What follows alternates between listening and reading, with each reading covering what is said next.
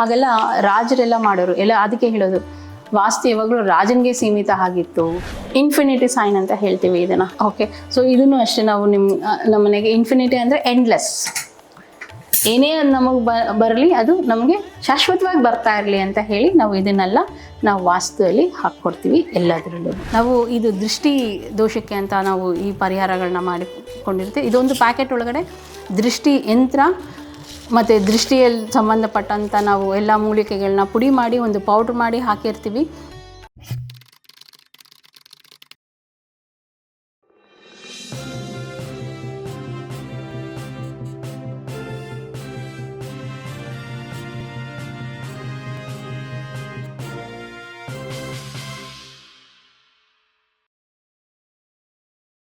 ಆಗಲೇ ನಾನು ಚಕ್ರಗಳ ಬಗ್ಗೆ ಹೇಳಿದ್ನಲ್ಲ, ಇದು ನಾವೇ ನಮ್ಮ ಕೈಯಾರೆ ಮಾಡಿಕೊಡೋ ಅಂಥ ಯಂತ್ರಗಳಿಗೆ ಚಕ್ರಗಳಿದು.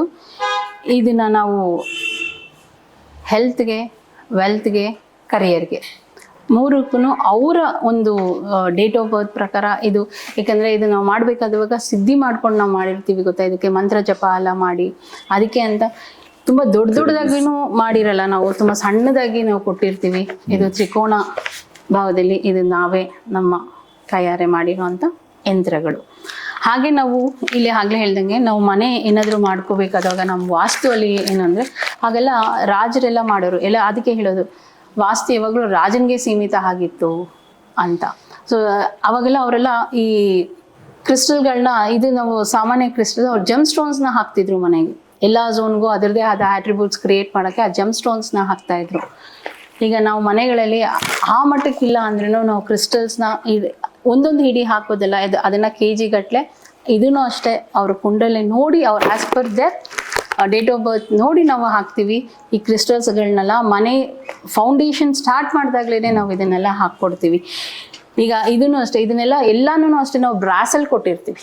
ಯಾವ್ಯಾವ ಈ 4 ದಿಕ್ಕುಗಳನ್ನ ನೋಡಲಿ ಅಂತ ಹೇಳ್ಬಿಟ್ಟು ಈ ಥರ ನಾವು ಪಿರಮಿಡ್ನ ಇದನ್ನ ಸೌತ್ ವೆಸ್ಟ್ ಒಳಗಡೆ ನಾವು ಹಾಕಿ ಕೊಡ್ತೀವಿ. ಏನಕ್ಕೆ ಅಂತ ಹೇಳಿದ್ರೆ ಅಲ್ಲಿ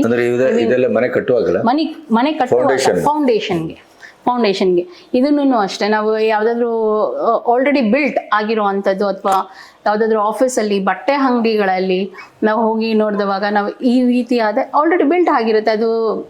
ಆಮೇಲೆ ಅದು ಒಂದು ಏನದು ರೆಂಟೆಡ್ ಹೌಸಸ್ ಹಾಕಿರುತ್ತೆ. ಸೊ ರೆಂಟೆಡ್ ಹೌಸಸ್ ವಾಸ್ತು ಬೇರೆ, ಬಿಲ್ಟ್ ನಿಮ್ಮದು ಓನ್ ಹೌಸ್ ವಾಸ್ತು ಬೇರೆ. ಬಿಲ್ಟ್ ನಾವು ಇನ್ನೇನು ಸ್ಟಾರ್ಟ್ ಮಾಡ್ತೀರಿ ಅನ್ಬೇಕಾದವಾಗ ಈ ಕ್ರಿಸ್ಟಲ್ಸ್ನೆಲ್ಲ ನಾವು ಎಲ್ಲ ಝೋನ್ಗೂ ಹಾಕಿ ಝೋನ್ ಆ್ಯಕ್ಟಿವೇಶನ್ ಮಾಡಿಕೊಟ್ಟು ಆ ನಂತರ ನಾವು ಇದನ್ನೆಲ್ಲ ನಿಮಗೆ ಹಾಕ್ಕೊಡ್ತಾರೆ. ಸೊ ಇದು ವಾಸ್ತು ವಂಡರ್ ಬರುವಂಥ ಒಂದು ಚಿಹ್ನೆಗಳು. ಇದು ಅಷ್ಟೇ ನಾವು ಇನ್ಫಿನಿಟಿ ಸೈನ್ ಅಂತ ಹೇಳ್ತೀವಿ ಇದನ್ನು. ಓಕೆ, ಸೊ ಇದನ್ನು ಅಷ್ಟೇ ನಾವು ನಮ್ಮ ಮನೆಗೆ ಇನ್ಫಿನಿಟಿ ಅಂದರೆ ಎಂಡ್ಲೆಸ್. ಏನೇ ನಮಗೆ ಬರಲಿ ಅದು ನಮಗೆ ಶಾಶ್ವತವಾಗಿ ಬರ್ತಾ ಇರಲಿ ಅಂತ ಹೇಳಿ ನಾವು ಇದನ್ನೆಲ್ಲ ನಾವು ವಾಸ್ತುವಲ್ಲಿ ಹಾಕ್ಕೊಡ್ತೀವಿ ಎಲ್ಲದರಲ್ಲೂ. ಓಕೆ, ಇದನ್ನು ಅಷ್ಟೇ ನಾವು ಬಿಲ್ಟ್ ಮಾಡಬೇಕಾದವಾಗ ನಾನು ಹೇಳ್ತೀನಿ ಮನೆಗಳಲ್ಲೇ ಹಾಕಿ. ಆವಾಗ ಹೇಳಿದೆ ಅತ್ತೆ ಸೊಸೆ ಜಗಳ ಬರುತ್ತೆ, ಅತ್ತೆ ಸೊಸೆಗೆ ಏನಾದರೂ ಹಾಕಿ ಬರಲ್ಲ, ಈ ಥರ ಏನಾದರೂ ಸ್ಲ್ಯಾಬ್ ಒಳಗಡೆ ತೊಂದರೆ ಇತ್ತು ಅಂದರೆ ಈ ಥರ ಕ್ರಿಸ್ಟಲ್ಸ್ನು ನೀವು ಹಾಕಿ ಸ್ಪ್ರೆಡ್ ಮಾಡಿ ಸ್ಟವ್ ಕೆಳಗಡೆ ಹಾಕಿ ಬಿಟ್ಬಿಟ್ರೆ ಇದನ್ನು ದಿನನಿತ್ಯ ಕಮ್ಮಿ ಆಗ್ತಾ ಬರುತ್ತೆ. ರಮಲ ಜ್ಯೋತಿಷ್ಯ ಅಂತ ಕೇಳಿರ್ಬೋದು, ರಮಲ ವಿದ್ಯೆ. ಇದಕ್ಕೆ ಮತ್ತೊಂದು ಹೆಸರಿದೆ, ಶಕುನಿ ವಿದ್ಯೆ ಅಂತ. ಶಕುನಿ ಮಹಾಭಾರತದಲ್ಲಿ ದಾಳ ಹಾಕಿ ಎಲುಬಿನಿಂದ ಮಾಡಿದ ದಾಳದಲ್ಲಿ ತಂದೆ ಎಲುಬಿನಿಂದ ಮಾಡಿರೋ ಅಂಥದ ದಾಳ. ಸೊ ಅದಲ್ಲ ಇದು ಮನುಷ್ಯ ಮಾಡಿರೋ ಅಂಥ ದಾಳ. ಯಾರಿಗೆ ಡೇಟ್ ಆಫ್ ಬರ್ತ್ ಇಲ್ಲ, ಯಾರಿಗೆ ನಮಗೆ ಅಕ್ಯುರೇಟಾಗಿ ಆನ್ಸರ್ ಬರಬೇಕು ಅಥವಾ ಕೇಳಬೇಕು, ನಮಗೆ ಏನಿದು ಈ ಬ್ಲ್ಯಾಕ್ ಮ್ಯಾಜಿಕ್, ಈ ಮೆರಿಟಲ್ ಅಫೇರ್ಸ್ ಏನೇನಿರುತ್ತೆ, ಈ ಅಣ್ಣ ತಮ್ಮ ಸಂಬಂಧಗಳಿಗೆ, ಇದಕ್ಕೆಲ್ಲ ರಮಲ ವಿದ್ಯೆಯಲ್ಲಿ ತುಂಬ ಚೆನ್ನಾಗಿ ಆನ್ ದಿ ಸ್ಪಾಟ್ ನಮಗೆ ಆನ್ಸರ್ಸ್ ಸಿಗುತ್ತೆ. ನೀವು ಅದನ್ನು ಕಲ್ತಿದ್ರಿ? ಸರ್, ಸುಮಾರು ಮಟ್ಟಿಗೆ ಪ್ರಾಕ್ಟೀಸ್ ಮಾಡ್ತಾ ಇದ್ದೀನಿ ಸರ್. ಎಲ್ಲನೂ ಪ್ರಾಕ್ಟೀಸ್ ಮಾಡ್ತಾ ಇದ್ದೀವಿ ನಾವು. ಸೊ ಇದಕ್ಕೆ ನಮಗೆ ಎನರ್ಜಿ ಕೊಡಬೇಕು ಫಸ್ಟ್. ಇದು ಎಲ್ಲಂದರೆ ಅಲ್ಲಿ ಹಾಕುವಂಥದ್ದಲ್ಲ, ಎಲ್ಲೂ ಹಾಕೋಕ್ಕಿಲ್ಲ. ಇದಕ್ಕೆ ಅಂತಲೇ ಕೆಲವೊಂದು ಕಾರ್ಡ್ಸ್ ಬರುತ್ತೆ, ಇದಕ್ಕೆ ಅಂತಲೇ ಒಂದು ಚಾರ್ಟನ್ನು ಬರುತ್ತೆ ನಮಗೆ. ಓಕೆ, ಆ ಚಾರ್ಟ್ ಮೇಲೆ ನಾವು ಏನು ಮಾಡಬೇಕು, ಆ ಬಟ್ಟೆ ಇಟ್ಟು ಆ ಚಾರ್ಟನ್ನು ಮಾಡಿ ನಾವು ಇದಕ್ಕೆ ಎನರ್ಜಿ ಕೊಡ್ತಾ ನಾವು ಹೇಳ್ತಾ ಹೋಗಬೇಕು. ಹಾಗನ್ಬಿಟ್ಟು ಶಕುನಿನ ನೆನೆಸ್ಕೊಂಡು ಹೇಳೋ ಅಂಥದ್ದಲ್ಲ, ಆಯಿತಾ. ನಮಗೆ ಇದಕ್ಕೆ ಒಂದು ಮಂತ್ರ ಬರುತ್ತೆ, ಅದು ಶ್ರೀವಿದ್ಯೆ ದೇವಿ ಮಂತ್ರ. ಓಕೆ, ಆ ದೇವಿ ಮಂತ್ರ ನಾವು ಹೇಳ್ತಾ ಹೇಳ್ತಾ ಹೇಳ್ತಾ ಇದನ್ನ ಎನರ್ಜೈಸ್ ಮಾಡ್ತಾ ಹೋಗ್ತೀವಿ. ದೇವಿನ ಇದ್ರೊಳಗಡೆ ಆಹ್ವಾನಿಸ್ತೀರಿ. ಆಗ ಹಾಕಿ ನೀವೇನು ಪ್ರಶ್ನೆ ಕೇಳ್ತೀರಿ ಅದನ್ನ ಈಗ ದಾಳ ನಾವು ಹಾಕಿದಾಗ ಈ ಚಿಹ್ನೆಗಳು ನಿಮ್ಗೆ ಏನು ಕಾಣಿಸುತ್ತೆ, ಅದು ಯಾವ ರೀತಿ ಬೀಳುತ್ತೆ, ಅದ್ರ ಮೇಲೆ ನಿಮ್ಮ ಪ್ರಶ್ನೆ ಆಧಾರಿತ ನಾವು ನಿಮಗೆ ಉತ್ತರನ ಕೊಡ್ತೀವಿ. ಇದು ಸಾಮಾನ್ಯವಾಗಿ ನೀವು ಎಲ್ಲೂ ಕೇಳಿರಲ್ಲ ಸರ್, ಅಮಲಾವತಿ ಅಂತ ಹೇಳೋದು ತುಂಬಾ ರೇರ್ ಆಗಿರುವಂಥದ್ದು. ಆಮೇಲೆ ಎಲ್ಲದಕ್ಕೂ ಅಷ್ಟೇ ಇದು ಒಳ್ಳೆ ಪರಿಹಾರ ಅಂತೂ ನಿಜವಾಗ್ಲೂ ಕೊಡುತ್ತೆ. ಎಲ್ಲದರಲ್ಲೂ ಅಷ್ಟೇ ನಾವು ಒಂದೊಂದಕ್ಕೆ ಒಂದೊಂದನ್ನ ನಾವು ಅಳವಡಿಸ್ಕೋಬಹುದು. ಇವಾಗ ಯಾರು ಮನೆ ಪ್ರಾಪರ್ಟಿ ಸೇಲ್ ಮಾಡಕ್ ಆಗ್ತಾ ಇರಲ್ಲ, ಸೊ ಸೇಲ್ ಮಾಡ್ತಾ ಇದ್ರೆ ಪ್ರಾಬ್ಲಮ್ಸ್ ಮೇಲೆ ಪ್ರಾಬ್ಲಮ್ಸ್ ಬರ್ತಾ ಇದೆ. ಅವಾಗ ನಾವು ಡೇಟ್ ಆಫ್ ಬರ್ತ್ ಎಲ್ಲ ನೋಡಿದಾಗ ಎಲ್ಲ ಚೆನ್ನಾಗೇ ಇರುತ್ತೆ. ಅವಾಗ ನಾವು ಈ ದಾಳದಿಂದ ನಾವು ಉತ್ತರನ ಕೇಳ್ತೀವಿ. ಅವಾಗ ಅವ್ರಿಗೆ ಪರಿಹಾರನೂ ನಾವು ಕೊಟ್ಟಿರ್ತೀವಿ. ಈ ದಾಳದಿಂದ ನಾವು ಅದನ್ನು ಪರಿಹಾರ ಮಾಡಿ ಕೊಟ್ಟಿರ್ತೀವಿ. ನಮ್ಮ ಧರ್ಮದಲ್ಲಿ ನಮ್ಮ ಸನಾತನ ಧರ್ಮ ಏನು ಹೇಳುತ್ತೆ ಅಂತ ಹೇಳಿಬಿಟ್ಟು ನಾವು ಕೇಳೋದಾದರೆ, ಈಗಿನ ಮಕ್ಕಳಿಗೆ ನಾವು ಬರೀ ವಿದ್ಯೆನೇ ಕಳಿಸ್ತಾ ಹೋಗ್ತಾ ಇದ್ದೀವಿ. ಬರೀ ಸ್ಕೂಲ್ದು ಏನಿದೆ ಬುಕ್ಸ್ನ ಪಾಠನೇ ಕಳಿಸ್ತಾ ಹೋಗ್ತಾ ಇದ್ದೀರಿ. ಮನೆಗೆ ಬಂದ ಕೂಡಲೇ ಅವ್ರು ಹೋಮ್ವರ್ಕ್ ಮಾಡಿ ಟ್ಯೂಷನ್ಸ್ಗೆ ಹೋಗಿ ಇದರೆಲ್ಲ ಹೇಳಿ ಕಳ್ತಾ ಇದ್ದೀವಿ. It's an a part.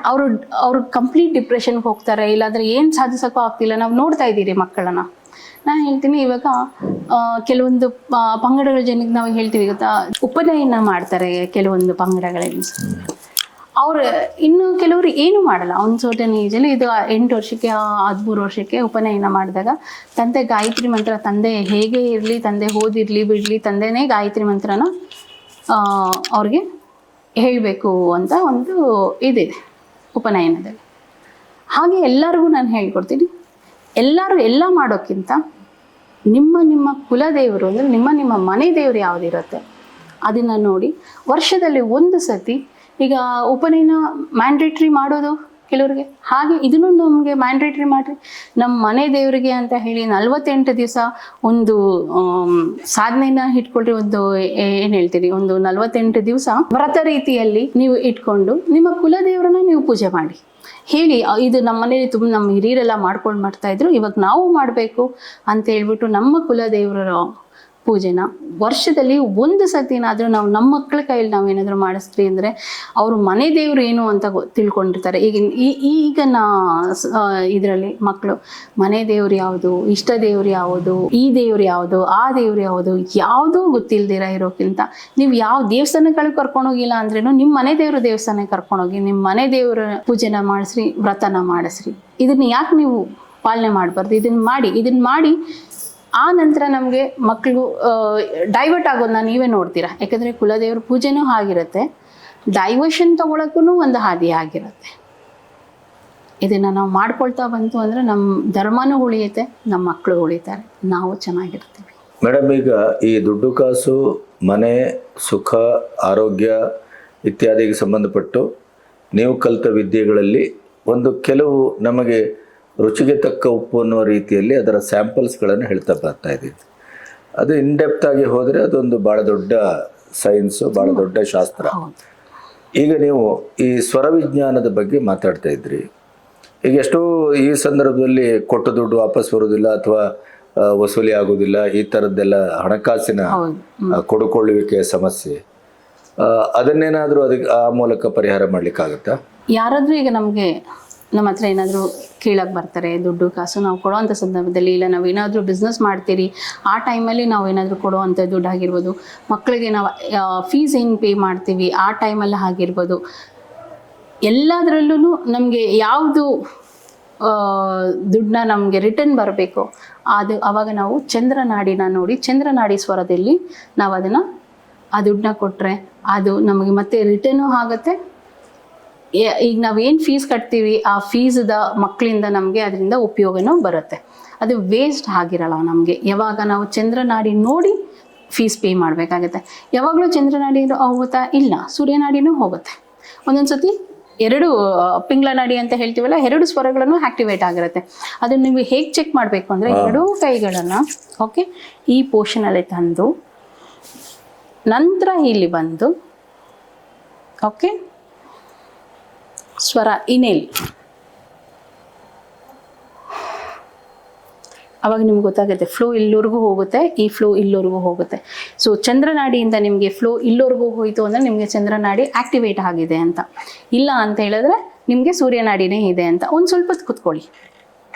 ಇದು 5-5 ನಿಮಿಷಕ್ಕೆ ಬದಲಾಗ್ತಾ ಇರುತ್ತೆ ನಾಡಿಗಳು, ಓಕೆನಾ. ತೀರಾ ನೋಡಿ ಆಗ್ಲಿಲ್ವಾ, ಈ ಸ್ಪಾಂಜ್ ಬೌಲ್ ಬರುತ್ತೆ ಗೊತ್ತಾ, ಸ್ಪಾಂಜ್ ಬೌಲ್ ಹೇಳ್ತೀವಿ ಗೊತ್ತಾ, ಈ ಬಿಪಿಗೆಲ್ಲ ನೀವು ಪ್ರೆಸ್ ಮಾಡ್ತೀರಿ ಗೊತ್ತಾ, ಅದನ್ನು ಜೋರಾಗಿ ಹೀಗೆ ಪ್ರೆಸ್ ಮಾಡಿಬಿಟ್ಟು ಚಂದ್ರನಾಡಿ ಅಂದರೆ ನಿಮ್ಮ ಲೆಫ್ಟ್ ಆರ್ಮ್ ಕೆಳಗಡೆ ಅಲ್ಲಿ ಇಟ್ಕೊಂಡು ಒಂದು 5 ನಿಮಿಷ ಕೂತ್ಕೊಳ್ಳಿ.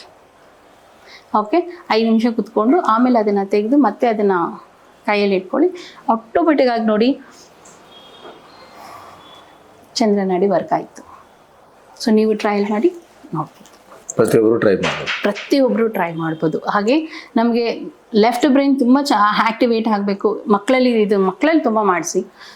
ಲೆಫ್ಟ್ ಬ್ರೈನ್ ಆ್ಯಕ್ಟಿವೇಟ್ ಆಗಿದೆ ಅಂತ ಹೆಂಗೆ ತಿಳ್ಕೊಬೇಕು ಅಂದರೆ, ಲೆಫ್ಟ್ ಬ್ರೈನ್ ಆ್ಯಕ್ಟಿವೇಟ್ ಆಯಿತು ಅಂದರೆ ಮಕ್ಕಳು ವಿದ್ಯೆ, ಮ್ಯಾಥಮೆಟಿಕ್ಸ್ ತುಂಬ ಚೆನ್ನಾಗಿ ಮಾಡ್ತಾರೆ, ಆಯಿತಾ. ಎಕ್ಸಾಮಿನೇಷನು ಅಷ್ಟೇ ತುಂಬ ಚೆನ್ನಾಗಿ ಕೊಡ್ತಾರೆ. ಯಾಕಂದರೆ ಲೆಫ್ಟ್ ಬ್ರೈನಲ್ಲಿ ನಮಗೆ ಕಾನ್ಷಿಯಸ್ ಬ್ರೈನ್ ಅಂತ, ಸಬ್ ಕಾನ್ಷಿಯಸ್ ಬ್ರೈನ್ ಅಂತ ಏನಿದೆ. ಸಬ್ ಕಾನ್ಷಿಯಸ್ ಬ್ರೈನ್ನಲ್ಲಿ ಏನು ಹೋಗುತ್ತೋ ಅದೇ ನಮ್ಮ ಕಾನ್ಷಿಯಸ್ ಬ್ರೈನಲ್ಲಿ ಬಂದು ಅದನ್ನೇ ಮ್ಯಾನಿಫೆಸ್ಟೇಷನ್ ಅಂತ ನಾವು ಏನು ಹೇಳ್ತೀರಿ, ಅದು ಸಬ್ ಕಾನ್ಷಿಯಸ್ ಬ್ರೈನಿಗೆ ಹೋದ್ರೇ ಅದು ಮ್ಯಾನಿಫೆಸ್ಟ್ ಆಗೋದು ಅಂತ.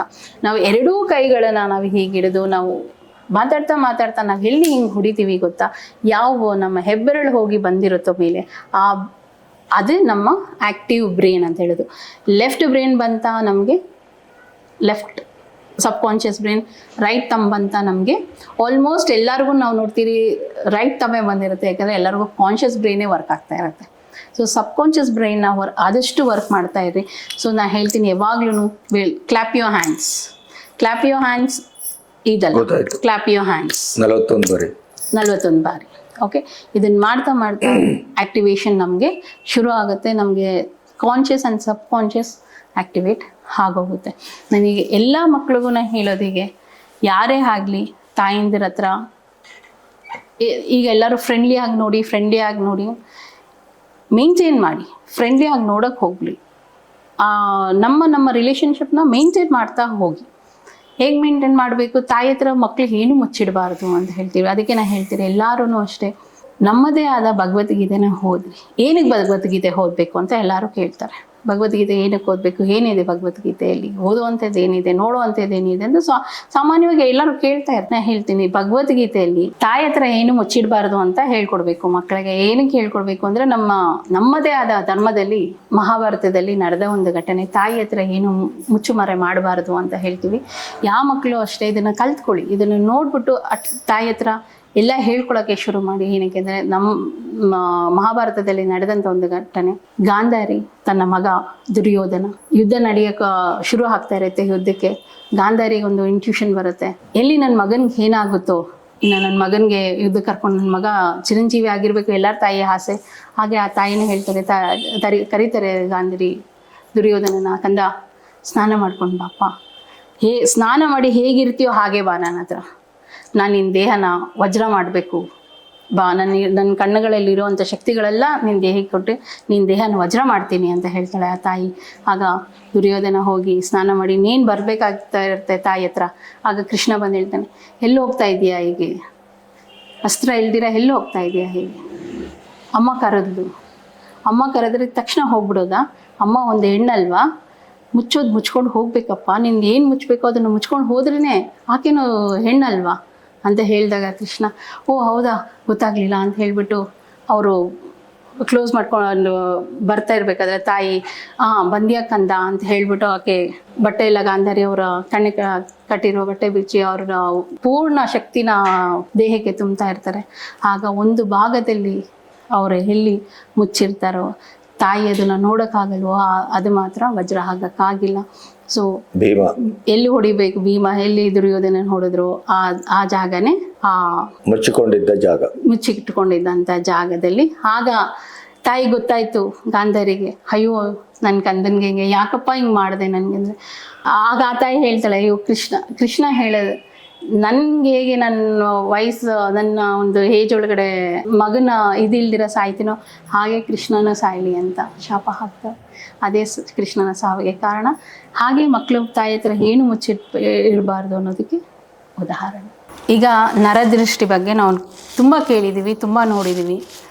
ಕಳ್ಳೇಟ್ ಬಿದ್ರೂ ಕಣ್ಣೇಟ್ ಬೀಳಬಾರ್ದು ಅಂತಲೂ ನಾವು ಕೇಳಿದ್ದೀವಿ. ಅದಕ್ಕೋಸ್ಕರ ಈಗ ನಮ್ಗೆ ಎಲ್ಲೇ ಹೋಗಿ ಬಂದರೂ ನಮಗೆ ತುಂಬ ಸುಸ್ತಾಗ್ತಿದೆ, ನಮಗೇನೂ ಕೆಲಸಗಳಾಗ್ತಿಲ್ಲ, ಮಗುಗೆ ತುಂಬ ಹುಷಾರಿಲ್ದಿರಂಗೆ ಆಗ್ತಿದೆ, ಎಲ್ಲೂ ನಮಗೆ ಪರಿಹಾರ ಸಿಗ್ತಾ ಇಲ್ಲ, ಮನೆಗೆ ಏನಾಗಿದೆ ಗೊತ್ತಿಲ್ಲ, ನಮಗೆ ಮನೆ ವೃದ್ಧಿನೇ ಆಗ್ತಾ ಇಲ್ಲ. ಎಲ್ಲದಕ್ಕೂ ಕಾರಣ ದೃಷ್ಟಿ. ನಾವು ಏನೇ ನಾವು ಎಲ್ಲದಕ್ಕೂ ಪರಿಹಾರ ಮಾಡಿದ್ರೆ ದೃಷ್ಟಿಗೆ ಪರಿಹಾರ ಇಲ್ಲ.